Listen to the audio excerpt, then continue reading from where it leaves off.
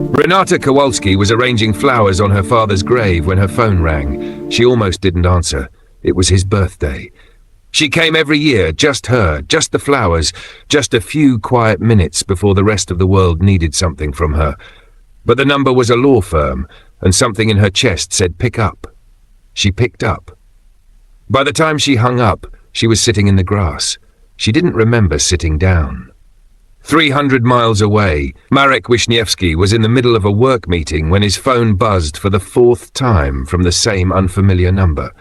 He stepped out, answered it, listened for 90 seconds, and then stood in a hallway for a very long time doing nothing. The call was the same for both of them. The words were the same. The silence on the other end, while the attorney waited for a response, that was the same too. We believe there may have been an identification error. We need you to come in. The Kowalski family had 3 adult children. Renata, the eldest, who organized everything and felt everything last. Her brother Daniel, who was practical to the point of being cold, and her younger sister Marta, who cried easily and often and was never ashamed of it. Their father, Edmund Kowalski, had been admitted to Lakeview Care Facility in 2009 following a stroke that took most of his language and all of his independence. He died there in 2021. They visited him every month for 12 years. They brought pierogi on his birthday. They held his hand. Renata was with him at the end. The Wisniewski family was smaller. Marek, 38, and his aunt Zofia, who had been Henryk Wisniewski's younger sister and the family's moral center for as long as anyone could remember. Henryk had entered the same facility in 2009, the same week as Edmund, as it turned out, following a cardiac event. He died in 2023. Marek visited every few weeks. He read to his father. He gave the eulogy at the funeral, and 3 people told him afterward it was the most beautiful thing they'd ever heard at a graveside. He had written every word of it from his father's letters. The attorney's name was Patricia Owens, and she had been practicing estate law for 22 years. She told Renata later that this was the case she would never stop thinking about for the rest of her career. In 2009, Lakeview Care Facility merged with another nursing home across town. It was chaotic. Records were digitized badly, and 2 men, both Polish, both admitted the same week, both requiring the same procedure, both briefly without their ID wristbands in a shared recovery room, were sent back to their beds with each other's names. Edmund Kowalski and Henryk Wisniewski looked, by every account, remarkably alike. Same pale blue eyes, same wide flat nose, same sparse white hair combed back from a high forehead, same slightly stooped posture, same long earlobes. The nurses who had worked the ward that week when contacted years later were not entirely surprised. They were horrified, but not surprised. Edmund Kowalski and Henryk Wisniewski had lived out the final years of their lives as each other. When Patricia said this out loud in the conference room, Marta made a sound that wasn't quite a word. Daniel put his pen down very carefully on the table. Renata stared at the wall and said, "Say that again, please." Across town in a separate meeting, Marek looked at Patricia's associate and said, "That's not possible."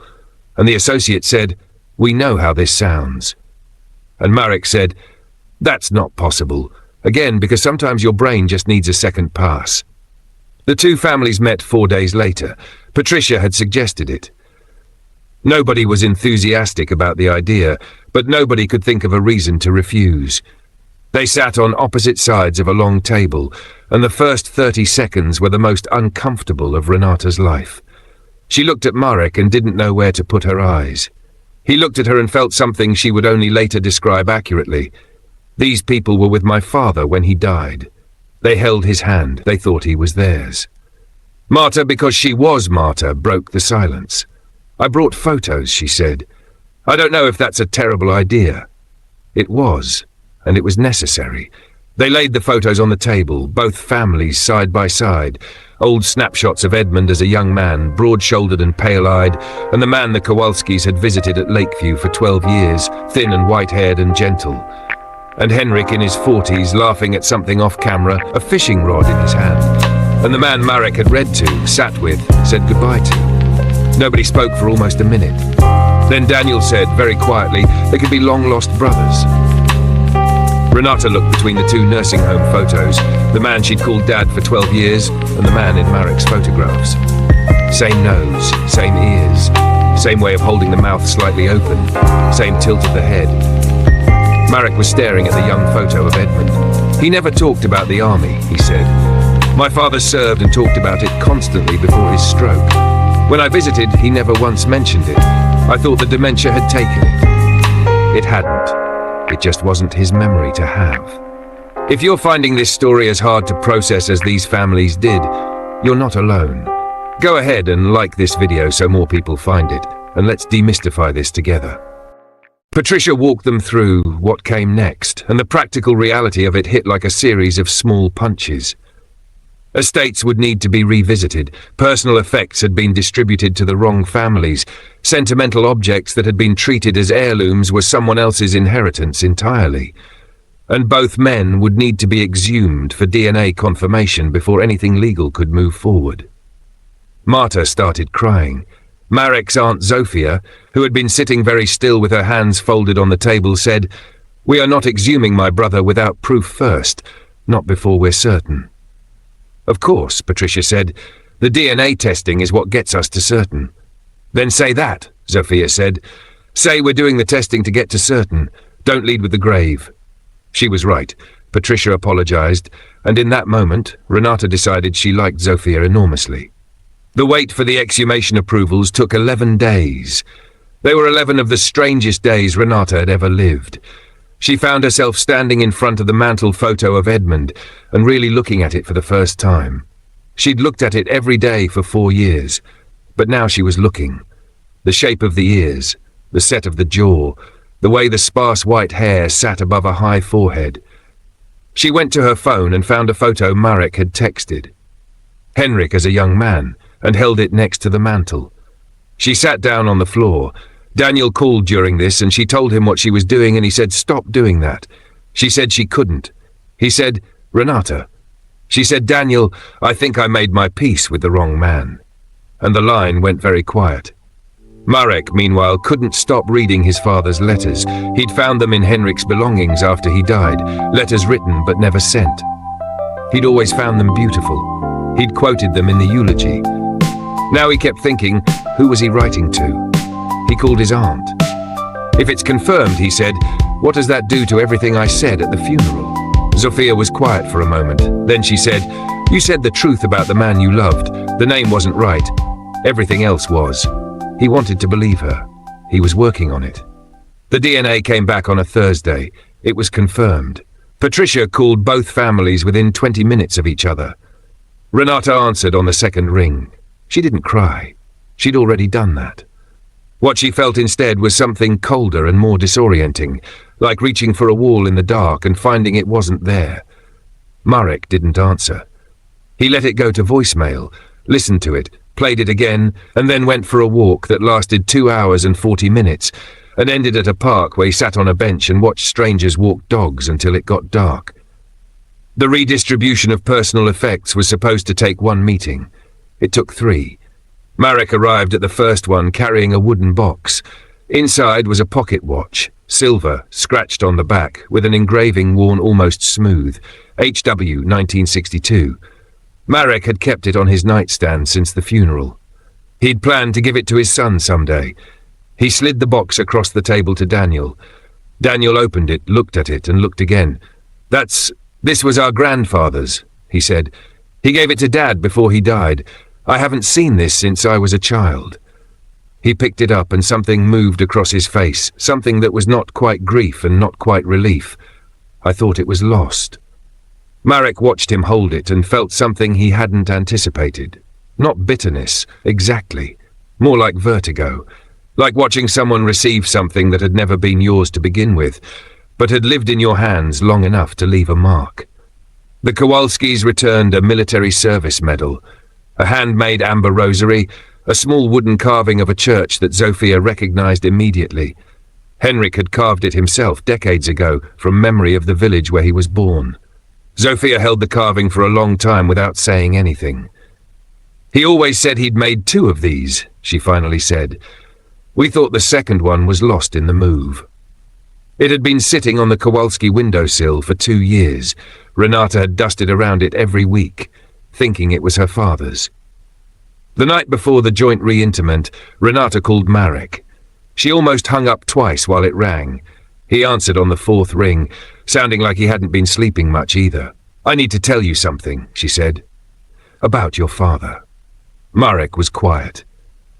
There was an afternoon, maybe 2018, 2019, when he was having a very good day. He was more present than usual, and I was there alone, and I started talking to him about something that had happened between me and my father a long time ago. Something I'd never resolved. She paused. He squeezed my hand, twice, deliberately. I've always thought it meant he heard me, that he forgave me. Marek didn't say anything for a moment. Then, what had happened? Between you and your dad? It doesn't matter now. It might, he said, to understanding what my father was doing. She told him.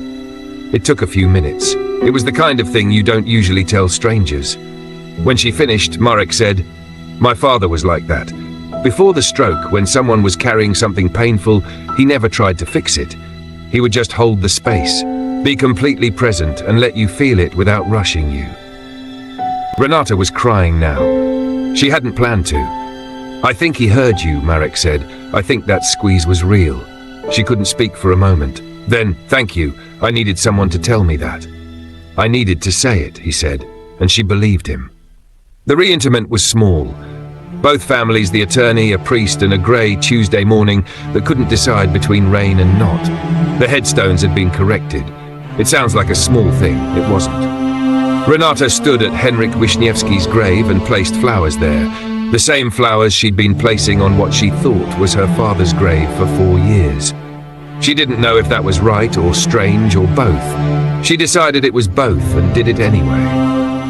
Marek stood at Edmund Kowalski's corrected grave and said nothing for a long time. Then he said quietly, "Thank you for letting us think you were ours. I think you were kind about it." Daniel, who cried at nothing, was crying. Marta put her hand on Marek's arm without asking. He didn't move away. Zofia stood apart from all of it, watching. Renata walked over and stood next to her. "How are you?" Renata asked. "I've been better," Zofia said. "I've also been worse." She looked at the graves. "He still died with people around him. He wasn't alone. Your family made sure of that." "We loved him," Renata said. And then, because she needed to be precise, "We loved whoever he was." Zofia nodded slowly. "That's enough," she said. "That counts." They didn't become close friends, the Kowalskis and the Wisniewskis. Life doesn't usually hand you that kind of ending. But they stayed in touch, in the quiet way that people do when they've shared something that nobody else would understand if you tried to explain it at a dinner party. Marek sent Renata the video she'd asked about, Henryk at a family gathering, laughing at something off camera, fishing rod leaning against the wall behind him, completely unself-conscious. She watched it 4 times. She sent him a photo she'd found in a box while going through things. Edmund at a lake, young, squinting into the summer sun, holding a fish he was clearly proud of. The same lake, it turned out, where Henryk had grown up fishing. Neither family could explain that. They decided they didn't need to. Marek showed the photo to his son, who was 9. "Who's that?" his son asked. Marek thought about it for a second. "Someone who deserved to be remembered," he said. Renata still has the mantle photo. She knows now whose face it is. She thought more than once about taking it down. She left it up. Because here is the thing she kept coming back to. The thing that Zofia had said at the grave that she couldn't let go of. He still died with people around him. The name was wrong. The family was wrong. 15 years of records, memories, birthdays and grief, all of it attached to the wrong man. But the presence was real. The pierogi were real. The hand-holding was real. The long drives to a care facility on a Sunday when you had other things to do, that was real. And maybe that's what remains when you strip everything else away. Not the name on the stone, not the paperwork, not even the memory, which turns out to be less reliable than you'd hoped. Just the fact that someone was there, that someone showed up. That has to count for something. It has to. What does your culture say about this? Do you think Renata was right to leave the photo up? Let me know in the comments.